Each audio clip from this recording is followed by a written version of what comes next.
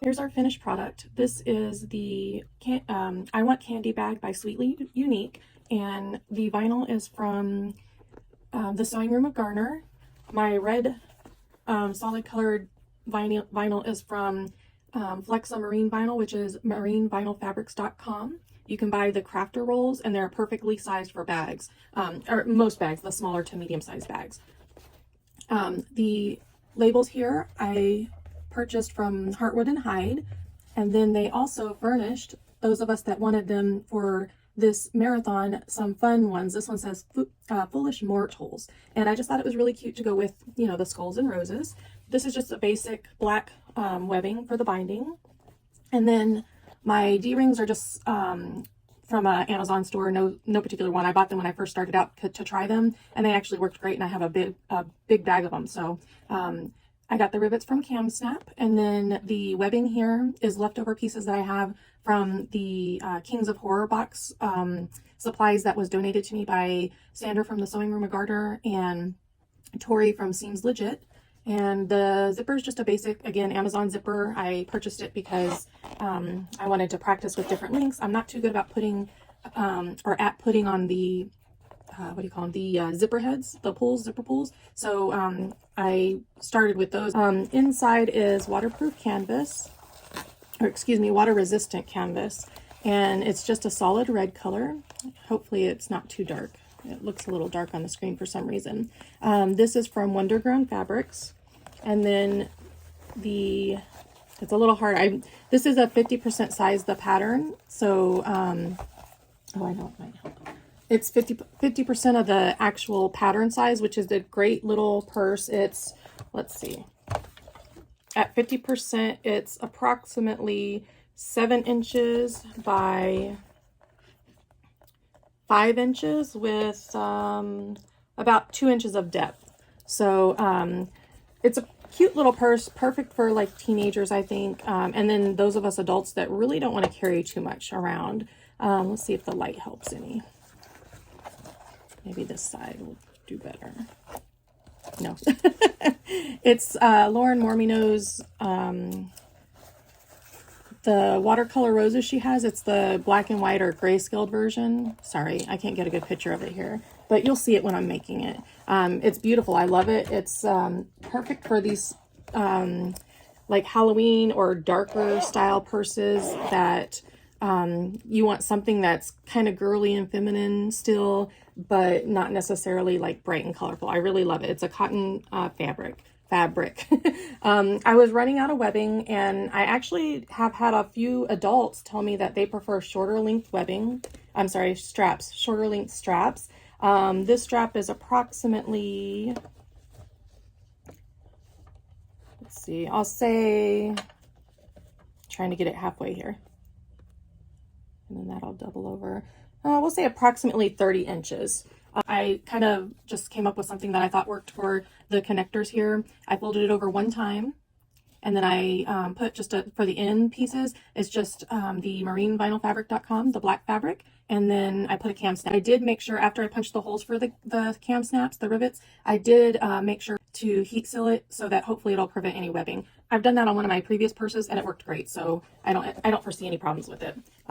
So this is it. I am having some sort of an allergic reaction on my eyes, so I'd rather not show my entire face, but hopefully this will do. I'll also see if I can get somebody to model this purse for me so that I can put actual pictures of it. But isn't it cute? I love it. I love it. I made 2 of these already. I think I'm going to make a couple more. I have a craft fair tomorrow, and now that I know what I'm doing, they sew up really, really quick and easy. I just omitted the gusset stabilizer. Everything else is stabilized with, or it's not stabilized at all because it's vinyl fabric, so it's got a pretty sturdy base. It does crunch down pretty much, but what I did was I just took the clips, I rolled the edges out, took the clips overnight, and clipped both sides of it, and it's actually holding up pretty well now. So I think it just needs, you know, a little bit of guidance on how it's supposed to form, and then once you put stuff inside of it, of course it's going to be, you know, a little bit fuller. So here's my week 3 of the Spooky Marathon. So thank you everybody for joining me. If you have any questions, comments, tips, or concerns, feel free to leave them down into the The comments, everything that I used will be listed in the description box. Happy Halloween, everybody. Thank you guys so much. All right, getting started with our pattern, we're going to go ahead and put the labels on the exteriors of the vinyls. I do this at the very beginning so I don't forget. And I'm also going to do other steps of this pattern in a different order than the pattern actually comes in. This is just trial and error that I've learned since I've started making this pattern a few months ago, and just the easiest way to do it. So what I first do is I base stitch the interiors to the exteriors after I put on those tags.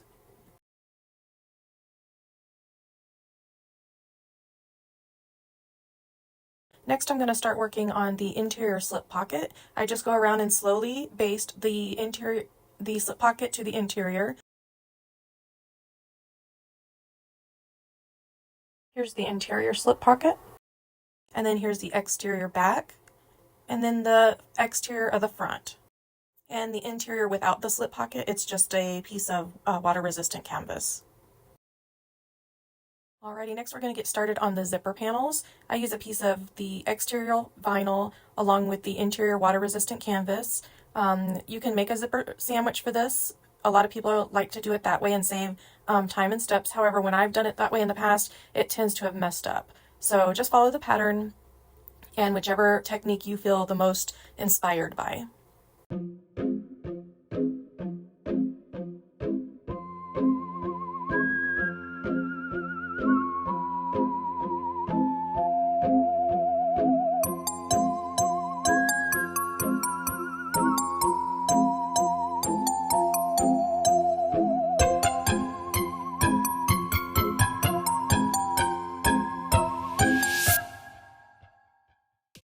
After you're all done straightening up your edges, you're going to trim off any extras and make everything even. Next, we're going to start working on our D-rings. I have 3 inches of cotton webbing. I'm going to fold them over the D-ring and then stitch them in place, leaving about 1 inch left on the end.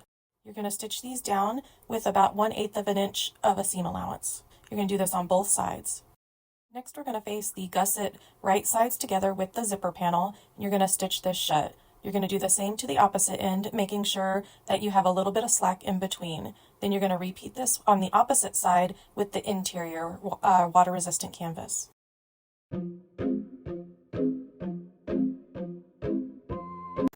Hey, sorry, I got a phone call and I guess it stopped recording. So before I started sewing, I glanced and realized that it was not recording any longer. I wanted to say, when you're putting on the part that I did that was not recorded is where we're about to top stitch the gusset. All I did was line it up on the inside, and then about whatever the dimensions of the pattern say, but I had to do it a little bit more because I guess I had a little bit extra. So I did it about 1/4 of an inch, but I'm going to top stitch. That's how much I folded it back over onto the edge here. And so what I'm going to do is I'm going to top stitch each side at 1/8 of an inch. Okay, and then it should pretty much line up with the stitching that you've already had on the gusset. And then the next step is going to be just kind of sewing all the way around to make sure everything is one piece. So I went ahead and started clipping a little bit on the sides where I'm going to be sewing the gusset here, or top stitching it, I mean. And I went ahead to make sure it was evened out. I went ahead and started pinning it down. Okay, sorry, I got another call. I'm on Do Not Disturb, but my family, for emergency purposes, is able to ring through, and my mom's actually doing some shopping for me at Joann's. So anyways, I was just saying that since I was going ahead and squaring it up here, I thought I'd just go ahead and make my life easier and start clipping this side, since, you know, that's basically what the next step is anyways, is sewing it, you know, around to make sure it's all together. And then this part, of course, is already together because that's your zipper part. Top stitch is down 1/8 of an inch distance, and then we're going to go around and sew down at the bottom part of the gusset. We're going to go around and sew around it. Okay, that's the next step. I'll do on time lapse.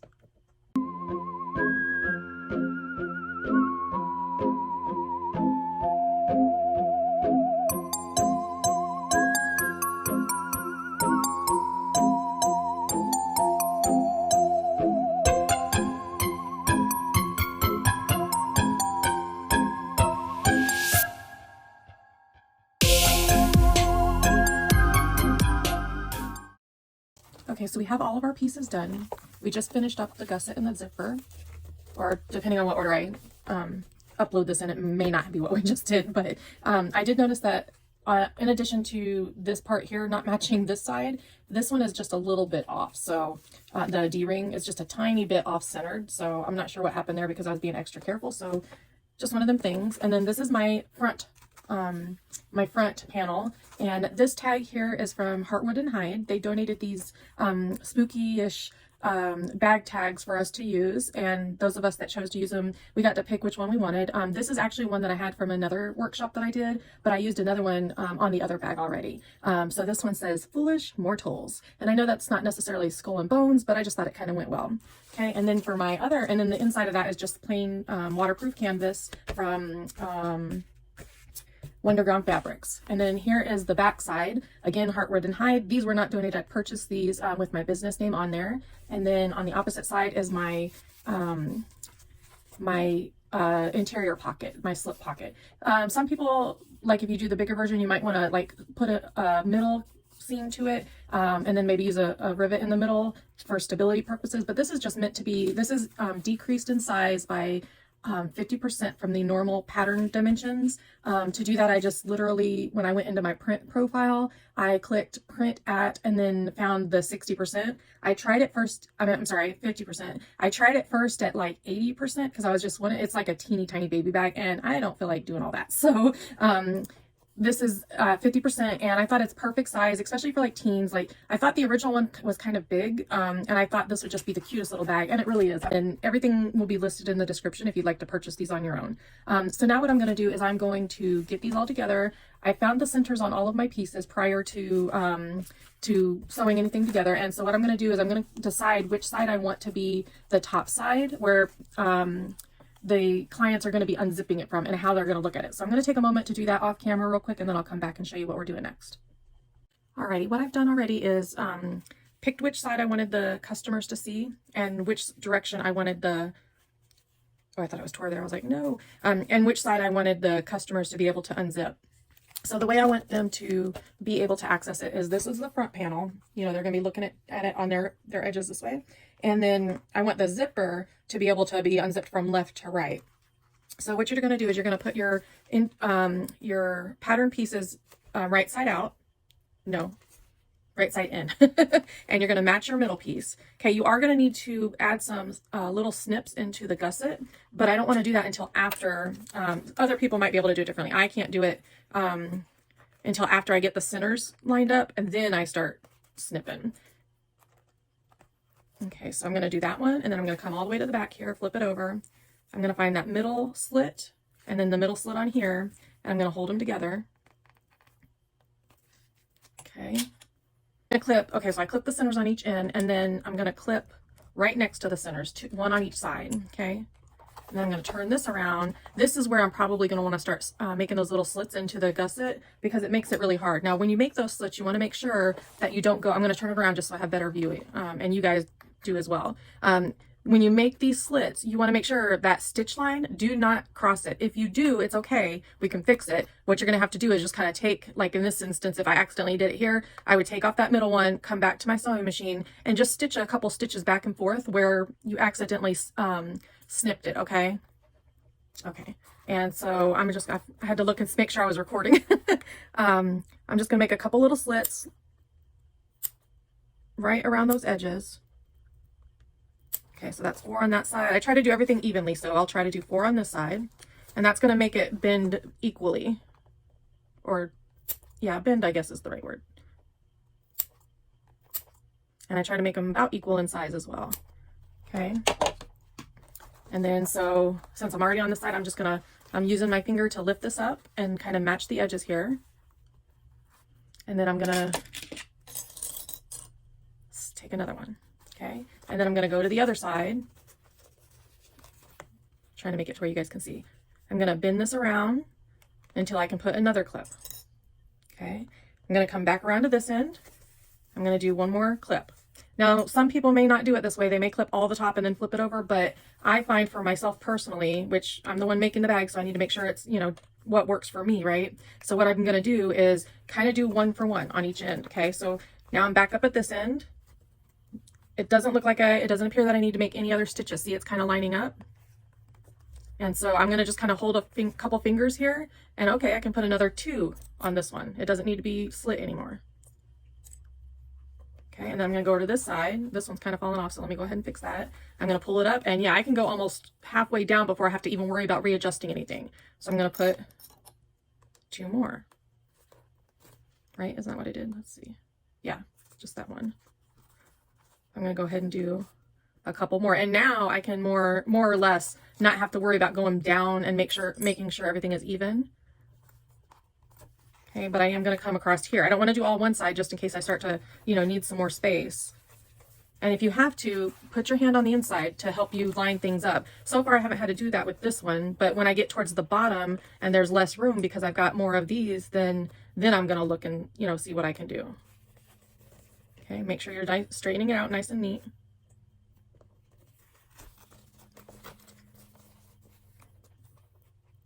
This little part looks like it got nicked or wasn't quite cut out right, so I'm just gonna chop it off real quick, just a teeny tiny piece. And so here on this side, I'm at the end and I'm noticing the interior is a little bit more than the exterior. What I'm gonna do, come over to this side. This side looks pretty good, but I can see that it might start causing some bubbles or buckling. I'm not sure what the correct term is. So what I'm gonna do is I'm gonna come again on the gusset side. I'm pulling that out, and then I'm going to make a couple snips there just to hopefully keep it from causing any extra creases or anything like that. It's not because I need more space, it's just to kind of even it out and make it look a little bit better. And then honestly that didn't do it, so I'm going to do it. I'm going to trim into my interior just a little bit. That'll help it lay down. That's not anything that the pattern says, but it's just one of the little tricks that I use. Especially because I'm going to be binding anyway, so nobody's going to see those little slits. But see how much that cleaned it up? Now it's more even. So do what works for you, and if you're working on a pattern, don't be afraid to try things like, you know, this pattern says to do it on the exterior, on the gusset, on the exterior part. Well, not the exterior, but anyways, the gusset part. Don't be afraid to try to do it on the interior part as well. Just keep in mind, like, okay, people are going to be seeing this part. What do I need to do? If it's within the seam allowance, it really doesn't matter because nobody's going to see it, right? So let's see, I made some on the bottom, same thing happened. So I'm going to do it on the interior lining. Just making a couple clips so that we don't have any buckling or anything. Bubbles. I can't think the term I'm thinking of, but buckles pretty much covers it. Because if I just did it like that, you would have that crease and that bubble. So I'm going to take that one out just so I can access this area a little bit easier. I'll put another little couple in here. Normally we do that so that it can give it a little bit more space, but I found that this is a nice unique way to use it because it helps prevent the edges from looking as bubbly or inconsistent. There you go. And see, now it's not as bad. It kind of lays on itself. So now I kind of pushed it in a little bit too far, so I'm going to use my fingers to make it even, like I was saying earlier.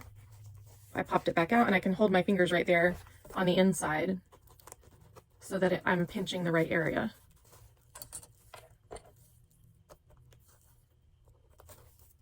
Okay, let me get one more on there. Okay, so the idea that I was thinking, this is going to be my interior, and when I'm done, I'm going to be putting some of this bias tape that I have. It comes like in Walmart and Joann's, or, you know, you can even make your own, but this is a 1/2 inch wide, and it's the extra wide double fold. And so this is the size of it, and the way that I used it the last time was I just took it and then put like the bag inside this and I clipped it on. But I was noticing the other day, the other day when I did it, I was just noticing that it was really, I don't know, it seemed really, really big. So I'm going to look and see.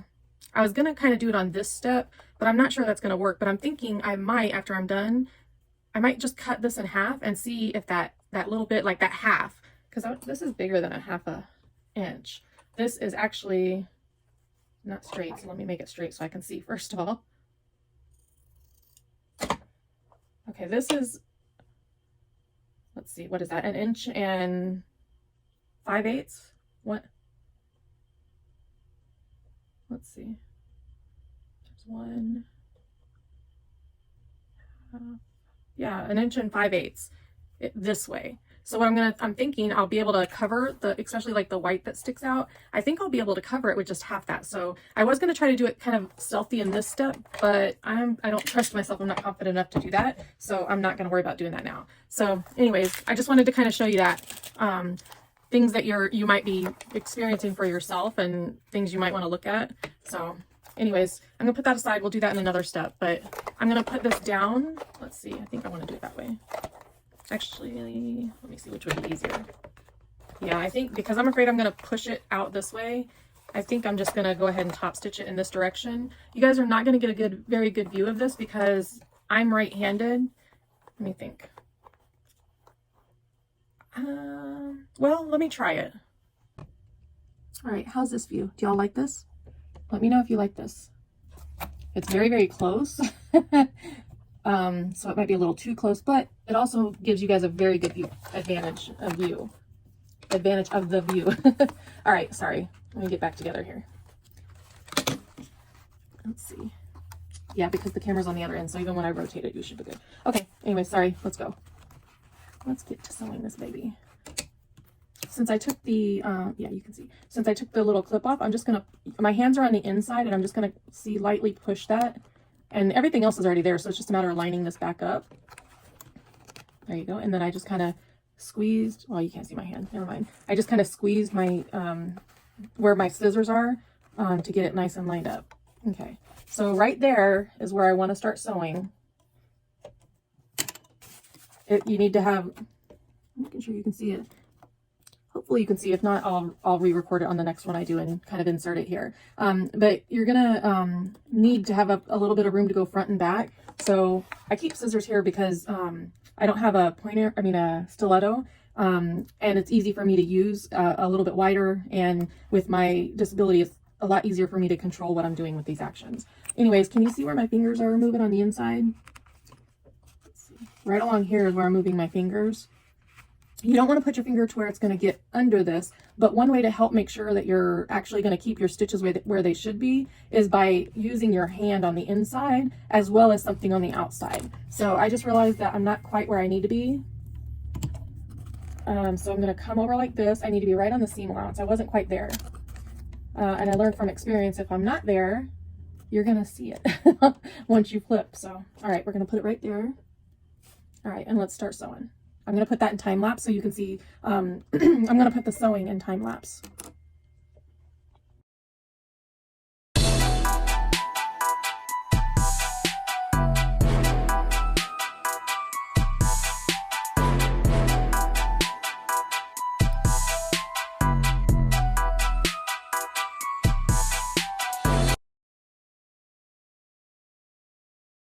Okay, so after you do that, you're going to use your fingers and your eyes and just kind of look and make sure that you don't have any, like, that's a little pushed in there. I might have some issues there, so I'm going to look extra carefully at this when I turn it over and look on the inside. But before I do that, I'm just checking along the seams, making sure everything looks good.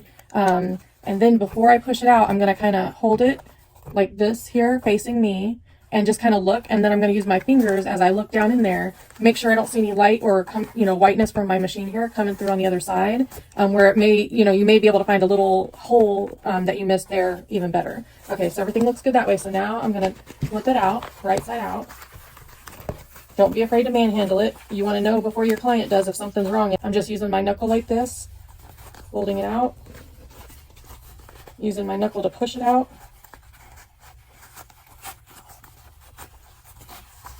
Okay, and then I look in a little bit as well.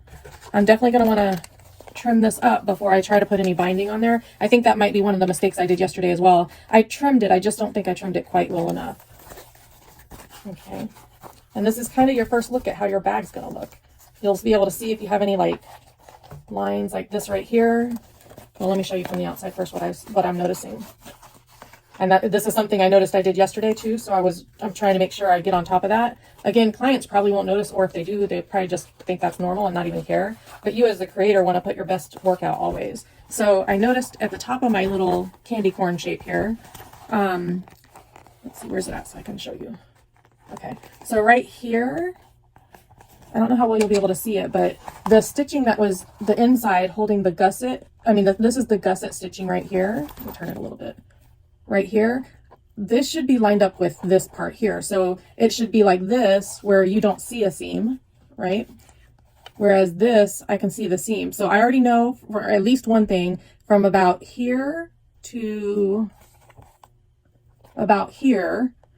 So this whole area right here, I'm going to unstitch that because I don't like the way that looks. Now, when you look at the bag by itself, it doesn't look that bad, right? So that's what it's going to look like. But me, I want to make sure that that looks, and I think it'll also look more like a point.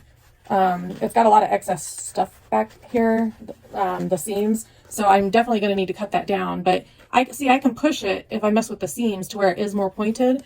But that's when I really notice that this is showing. So I'm going to unstitch that. That's just my preference. Don't feel like you have to do that. But everything else is looking really nice. Okay, so that's what I'm going to go ahead and do real quick. I use this here so that I can make sure the stitch lines were covered. It does leave a little extra back here, which you can't really see, but what I had to do was I ended up having to cut slits into the gusset and the actual, what do you call it, body of it. And so this time when I sew it, instead of sewing it upside down like this, I'm going to go ahead and sew it this way so that I can follow the existing line that's there. I made sure that all of these clips are right where I need to be putting a seam. And so thankfully and luckily, until I get over here, these are all right on the seam line and it covers it. Over here, I kind of have to come in a little bit more because it's a little bit further on this side. So I want to make sure I cover it. So I'm going to see if I can leave the camera here.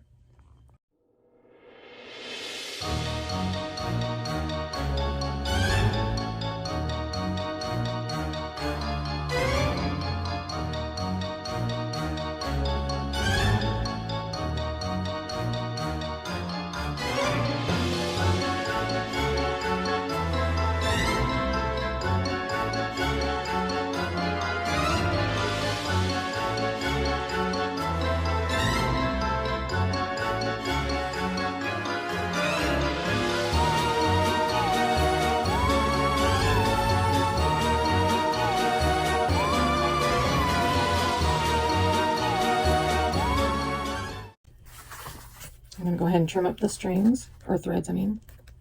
I guess it's all the same thing, right? You'll have to excuse my voice once again. It's all allergy related.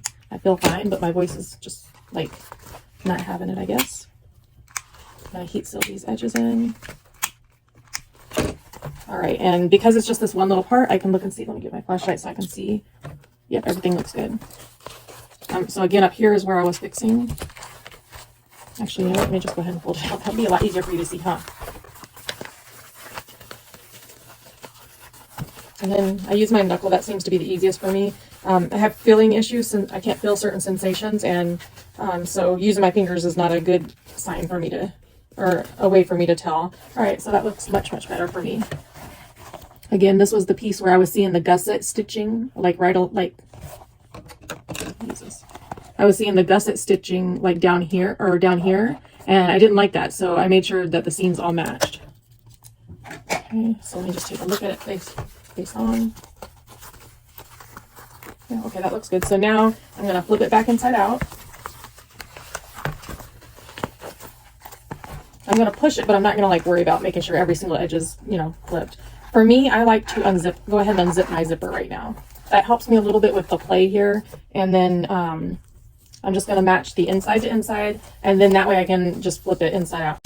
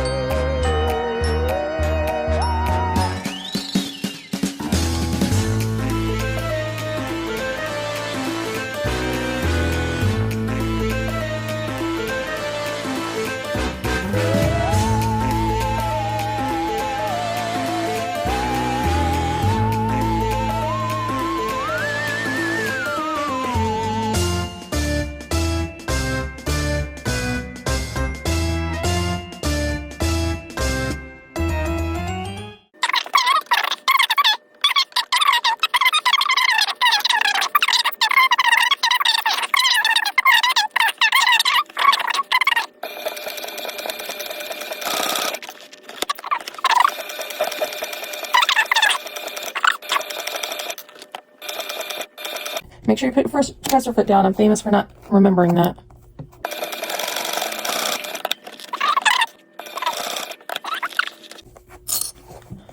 Excuse me. It's nap time.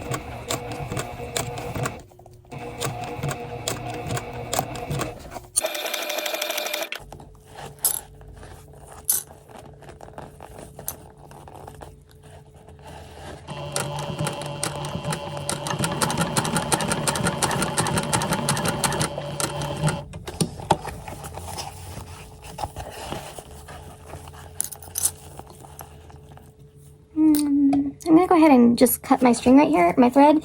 I'm not gonna like back stitch or seal it or whatever it's called. I can't think of it right now. But I can see, and you can see probably, that this right here is not lined up. So I need to come back here and fix it a little bit. I'm just gonna cut it. I'm gonna pull out a little bit. Because I didn't back stitch it, it should let me pull it right out.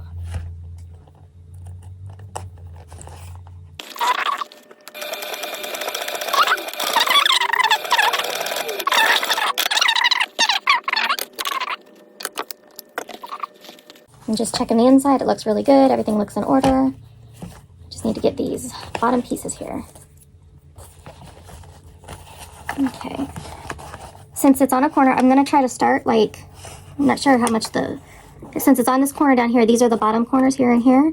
I'm going to come to probably about right here. It should be super easy for me to be able to like just kind of roll it and stitch it at the same time. Because it's already stitched, I'm just kind of following a line. And then that way it's already on its path before it gets here, and I'm not trying to create a path, if that makes any sense. Okay, before I start sewing, I'm gonna reach in and make sure there's nothing in the way. Make sure everything's where it needs to be. All right, there we go.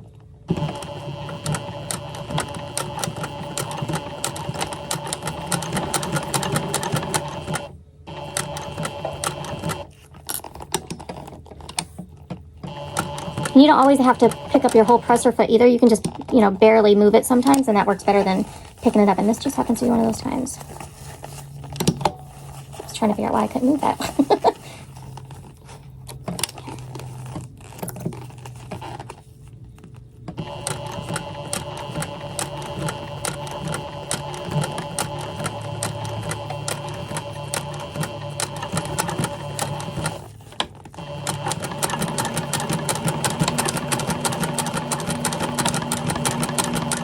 Alrighty, let's see how that looks. Sorry, it won't go up any further. Alright, so what I'm going to do on the inside, this is the pocket, this is the side we just stitched. On the inside, I'm just going to squeeze it like this, push in with this hand. See how that's my hand in there? Hold that and then pull it right side out. And that was the back side we were just working on, so I'm going to take a look at the back side. Go ahead and pop your zippers. Or your gusset, I guess I should say, not your zippers. Feels like the zippers though, huh?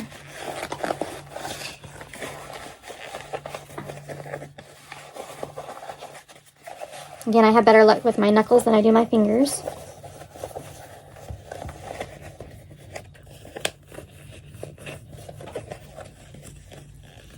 I see one little part, just like the last part, right around the top edges.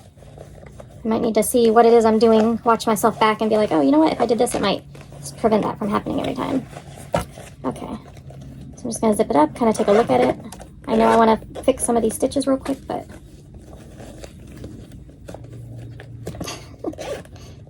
it's all squished.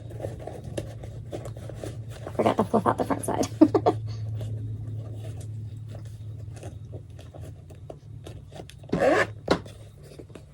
Okay, that's what it's looking like. I know it's a little close, sorry, I can't back it up. But again, just like the first time, right here, you can see the stitching from the gusset. So, you know me, I'm going to go back, I'm going to take those stitches out, fix it up, and then we're going to be working on the binding. So I'm going to fix this up in time lapse, since you guys don't need to see that again. And then I'm going to trim the edges, but I might do that on regular so that we can kind of talk out my thought process on the binding and how and if I think it'll work. So let me get this area fixed real quick. Shouldn't take but a minute, and I'll be right back.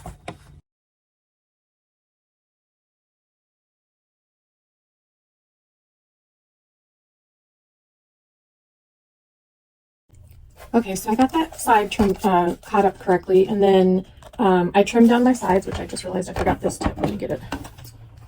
come down real quick.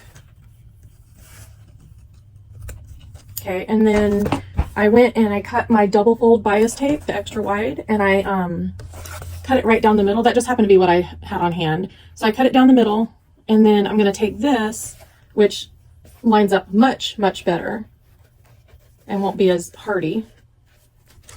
And I'm going to just clip it along the edges here.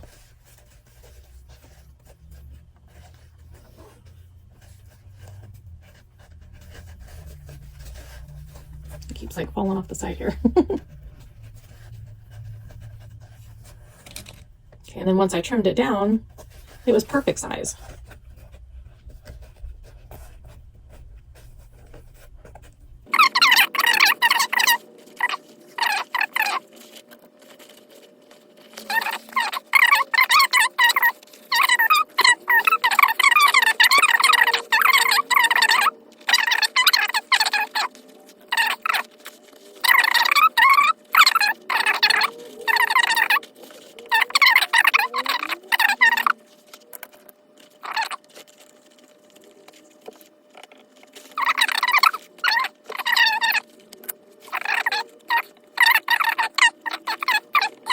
I figure they're less likely to see them. Okay, so you're going to come up on the end.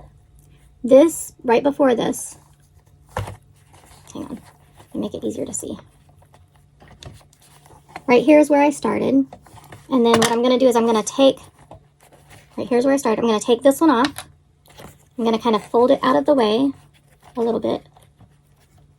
It's pressed so well, I swear. I'm going to take this one, measure out the length to go maybe about a 1/2 inch, 3/4 of an inch. Then you're going to snip that. I'm going to toss that because there's not much else I can do with that. I like to just heat seal it real quick, just very, very quick because it's cotton. See, very, very quick. And then I'm going to fold that one under, thankfully, because now it's got a burn mark. You know, actually, that's a little bit too long now that I'm looking at it. I don't think I'll heat seal this one. That way it doesn't cause somebody else to try it and possibly get themselves in trouble. And go ahead and take that off. And then you're going to fold it up under itself and then fold the one on top over. And I'm going to clip right there where it's going to hold both of those. And then I'm going to take the top one and fold it under as well. Okay. I'm going to fold that under on itself and then lay it down so that's a closed edge as well. That's why you don't really need to burn it, but I like to just in case, but this stuff was trying to go up in flames or up in smoke, so. Okay, so then that's what it's looked like. See how it's red instead of the white? It's matchy-matchy versus how it looked. I'm just going to kind of spin it around a little bit, make sure there's no seam showing, which there's not at this time. So now I'm going to sew it all up. And let's see. This is the side that I ended on. So I'm going to do that side last. I'm going to go to the next straight side, which is either going to be here or the bottom. I think I'm going to start right here after the curve. Okay, let me switch you guys around again. That way you guys can see. It's a little bit close, so hopefully the video turns out okay and it's not too close. Hang on one second. All right, I'm going to stitch one in real time and then I'll do the time lapse on the second one. Of course, my clips are upside down. Let me just get myself started here, and then I don't care if the other ones are upside down. I like to have, well, I'm sure it's the way it's intended as well to be used, but I like to have the flat side of the clip down and the color side up. I think that's how it's meant to be used, but if not, that's what feels right to me. If you do it differently, no biggie. And if you don't use clips, even better. Then you don't have to worry about it. All right, let's see. Other than when I mess with the presser foot, it looks like that's a good view from what I can see. So we're just gonna get started here. I make sure my needle's about halfway in between the bias tape. I know most people probably try to stay at the edge, but I tend to get myself in trouble when I do that. And I figure it's better than still seeing the white anyway, so I don't think it's a bad thing. Okay, 3.5 stitch width or length width. I keep forgetting. I need to write the term down by the button so that I can remember it and stop getting confused on what it's called. But I'm at a 3.5 inch length. That sounds right. Length, not width. And I'm going to go forward. Make sure you backspace. I probably should have done it before 4 stitches in, but hey, I was thinking about the name of it. Okay, and then because of my finger issues and limb issues, I find it easier to use the scissors. They're not, I mean, they're sharp, but they're not like, it's not going to tear anything.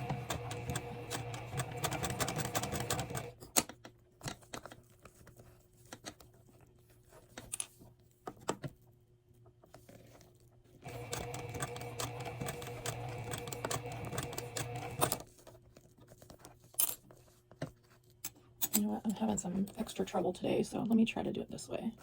That helps me grab it and keep it in line. It's the part about a disability when you're sewing, like, you just have to adapt.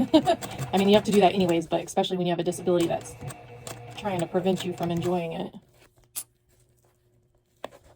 Let's see if I can pivot this a little bit. There you go, that did go a little.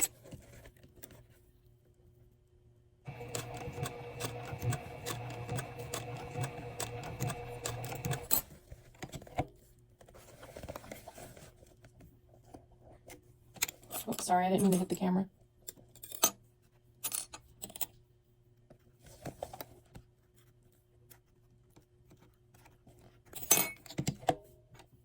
It's kind of crunched up under the presser foot there.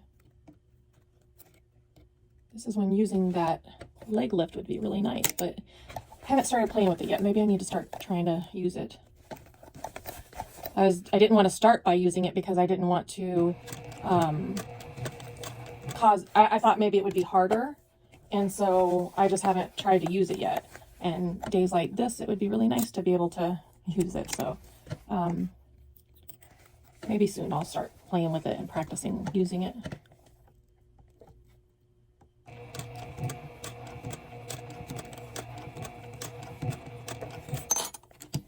Theoretically, this should be going right down the middle of the what do you call it, the bias tape here where the seam is at, but realistically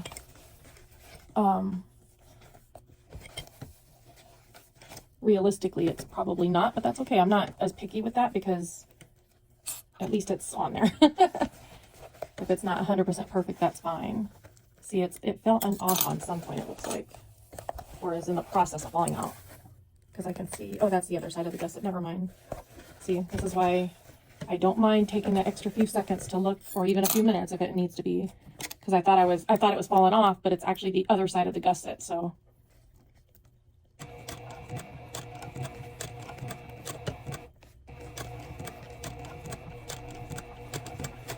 okay, this is where the bias tape is cut and folded. So this is almost like you've got one shot to make it.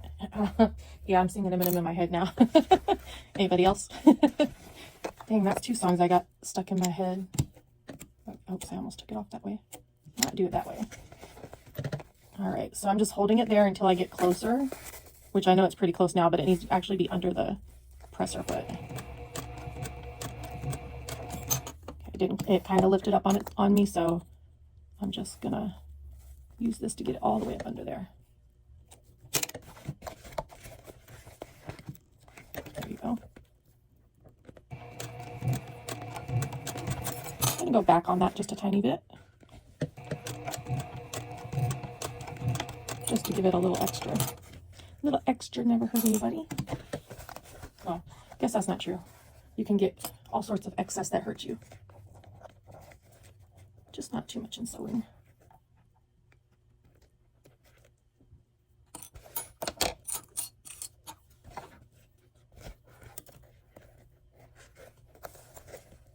Yeah, these are driving me nuts. I need to go ahead and flip them around. It's making a job harder than it needs to be. Okay, that's where...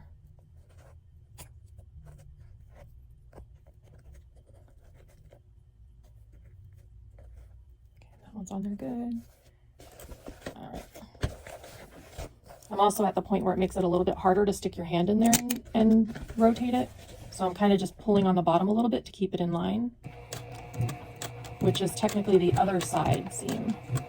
Not this part, but the opposite side. The, what is that, front panel? Yeah. Like, it's inside out and backwards. Let me think, what am I trying to say here?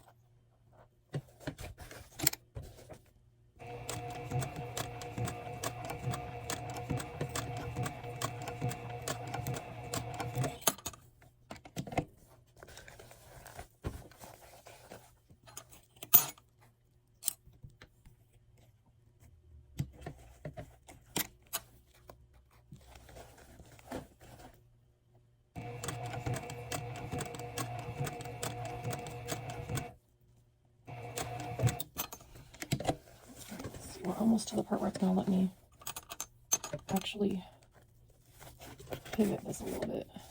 For now, it's still sewing in a straightish kind of line. And I say straightish because it looks straight from this end, but it doesn't always end up looking straight when you hold it up. All right, let me see how it's doing.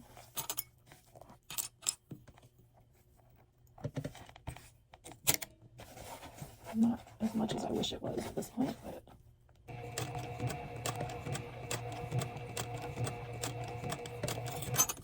let's try again. Still not as much as I wish it was. That's okay.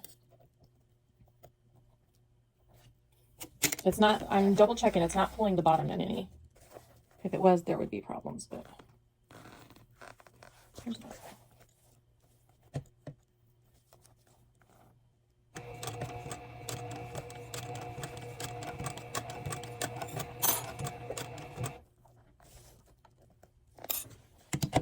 Now you can get it, there you go.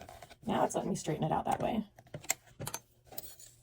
Because this is a corner, I'm not going to take this off until I absolutely have to. I got 2 more clips on here.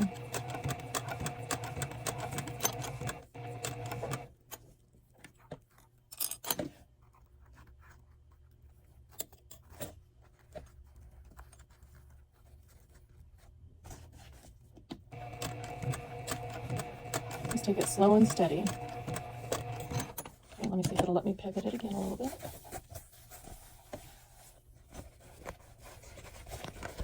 I'm getting back around where now it's easier to use the inside of the bag.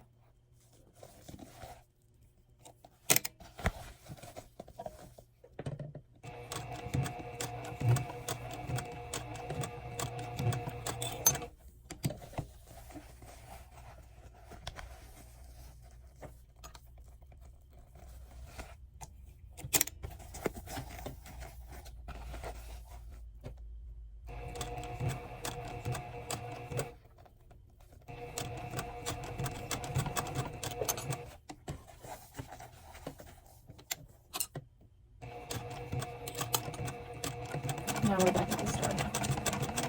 Don't forget the back stitch. You want to make sure that seals it up in there.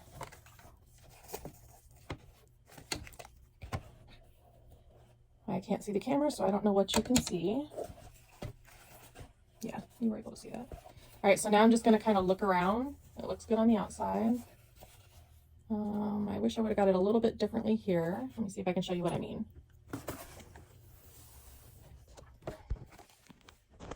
I'll try to edit out these parts where I'm moving the thing around.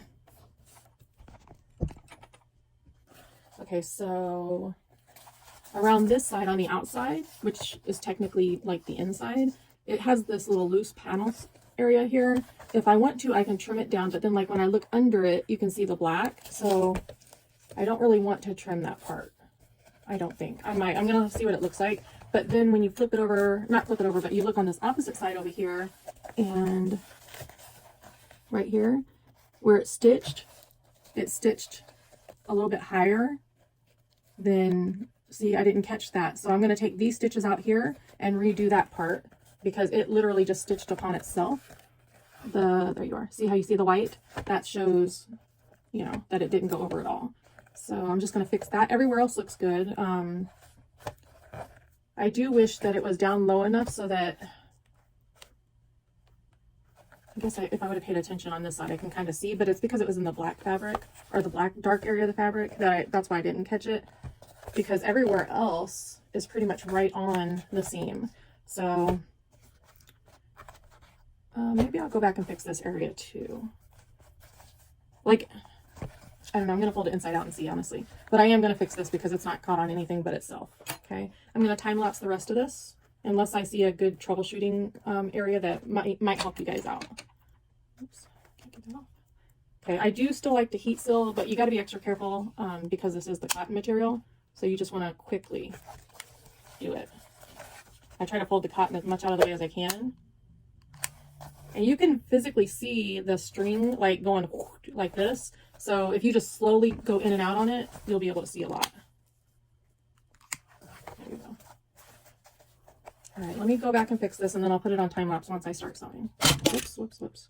Thank God for magnetic holders. Those would have blown off everywhere. Oops, sorry, that was loud.